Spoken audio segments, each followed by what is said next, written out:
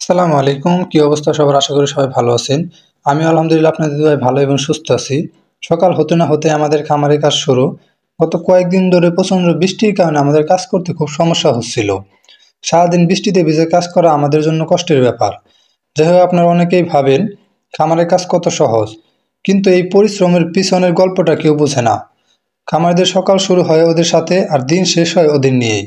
আপনাদের তো সবাই শুধু সফলতার গল্প শোনায়, এর পিছনে লুকিয়ে থাকা ব্যর্থতার গল্প আপনাদের কেউ শোনায় না, বা আপনি শুনতেও চান না। আমি আমার জীবনে আজকে একটা ব্যর্থতার গল্প আপনাদের মাঝে শেয়ার করব। আসলে এই ভিডিওর মধ্যে আপনারা যে দুইটা গাভী দেখছেন, এই দুইটা গাভী আমার খামারের সব থেকে বেশি দুধের গাভী ছিল।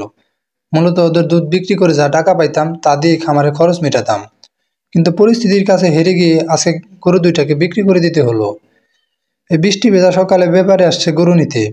আসলে এই গরু দুইটাকে নিয়ে আমার অনেক স্বপ্ন ছিল। আমার স্বপ্নটা এক নিমিষেই ভেঙে শেষ হয়ে গেল।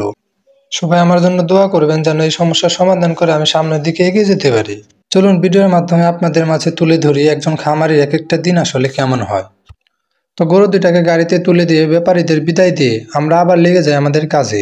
আজকে যেহেতু বৃষ্টি, অর্থাৎ সারা রাত বৃষ্টিতে ঘাসগুলো ভেজার কারণে মেশিনে ঘাসগুলো কাটতে খুব সমস্যা হচ্ছিল। কারণ মেশিনের ভিল ভিজার কারণে ঘাস কাটছিল না। এমনিতে 10 থেকে 15 মিনিট সময় লাগে ঘাস কাটতে, আজকে প্রায় 30 মিনিট সময় লাগে। একদিকে বৃষ্টির সমস্যা, অন্যদিকে ঘাস ভেজার কারণে মেশিনের বেল বা ফিতা ভেজার কারণে মেশিন বারবার বন্ধ হয়ে যায়। যাই হোক, থেমে গেলে তো চলবে না, কারণ ওদের খাবার দিতে হবে। আপনারা যদি খামার করে লাভবান হতে চান তাহলে অবশ্যই চেষ্টা করবেন ওদের টাকা দিয়ে ওদের খরচ মেটাতে, অর্থাৎ ওদের দুধ বিক্রি করে যা টাকা পাবেন তাই দিয়ে খামারের খরচ মেটাবেন। ওদের টাকা দিয়ে যদি আপনি খরচ মেটাতে পারেন তাহলে বছর শেষে যে বাচ্চাটা থাকবে মূলত ওইটাই আপনার লাভ। আমাদের ঘাস কাটা শেষ, এখন এগুলো গরুকে খেতে দেব। যারা খামার করতে চাচ্ছেন সাহস রাখবেন, আপনি চাইলে সব সম্ভব। আপনি যদি মন থেকে খামারে কাজ করতে পারেন তাহলে আপনি সফল। আর যদি লোক দিয়ে শুরু করেন তাহলে আমি বলবো আপনার এই সেক্টরে আসার দরকার নাই। আপনি একটা পারেন, তাও একা করেন, তাহলে দেখবেন আপনি সফল হতে পারবেন।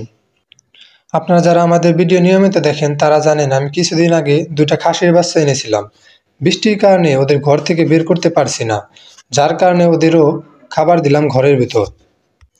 তো এই ছিল আজকে আমাদের বৃষ্টিতে ভেজা খামারের কাজ। দেখা হবে পরের কোনো একটি খামার রিলেটেড ভিডিও নিয়ে। সে পর্যন্ত সবাই ভালো থাকবেন, সুস্থ থাকবেন, আর অবশ্যই লাইক, কমেন্ট, শেয়ার এবং সাবস্ক্রাইব করবেন। আসসালামু আলাইকুম।